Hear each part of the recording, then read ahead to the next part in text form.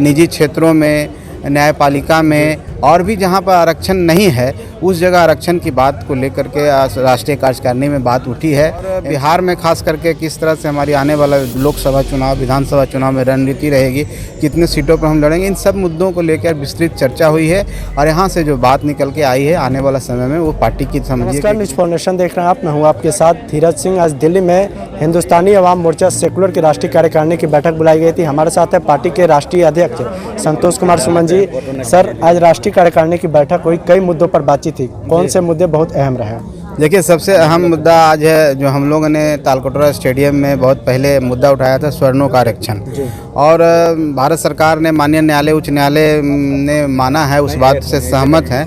तो हम लोग इस बात की खुशी जाहिर किए हैं, लेकिन हम लोग का कहना है कि जिस हिसाब से जनसंख्या हमारी है उसी अनुपात में सभी को रिजर्वेशन मिलना चाहिए। जब दलित की जनसंख्या आप जनगणना करा लें 25% के आसपास है, तो 25% उनका भी होना चाहिए, ओबीसी का भी है, 27 से ज़्यादा है, तो सब लोगों को दीजिए। आरक्षण का लाभ सभी को मिलना चाहिए, सभी वर्गों को मिलना चाहिए। जो बाकी में गरीब हैं और इसके लायक होते हैं तो हम इसका समर्थन करते हैं। और आज हम लोग रिजर्वेशन खास करके निजी क्षेत्रों में, न्यायपालिका में और भी जहां पर आरक्षण नहीं है उस जगह आरक्षण की बात को लेकर के राष्ट्रीय कार्यकारिणी में बात उठी है।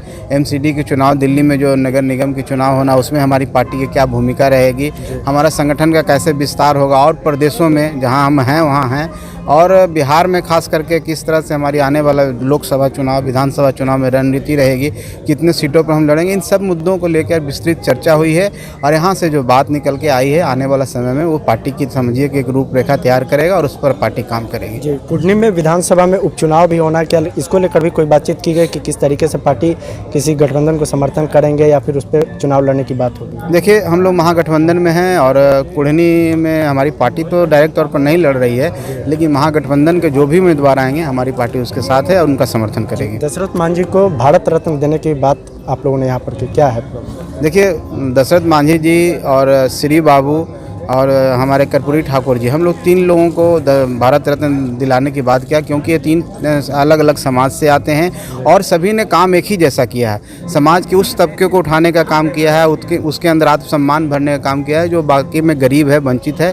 तो ये तीनों हमारे समाज के हीरो हैं, सामाजिक हीरो हैं, और हम समझते हैं कि इन लोगों को भारत रत्न से नवाजा जाएगा, जो भारत का सर्वोच्च पुरस्कार है। निश्चित तौर पर समाज के उस तबके में मैसेज जाएगा जो तबका गरीब है और इसके लिए इन लोग काम किए हैं। एक आखिरी सवाल है, दिल्ली में एमसीडी का चुनाव होना है, आप लोग चुनाव लड़ने की भी घोषणा की, क्या कोई गठबंधन के साथ लड़ेंगे या फिर अकेले ही मैदान में? चूंकि बिहार और पूर्वांचल के भारी संख्या में लोग दिल्ली में रहते हैं।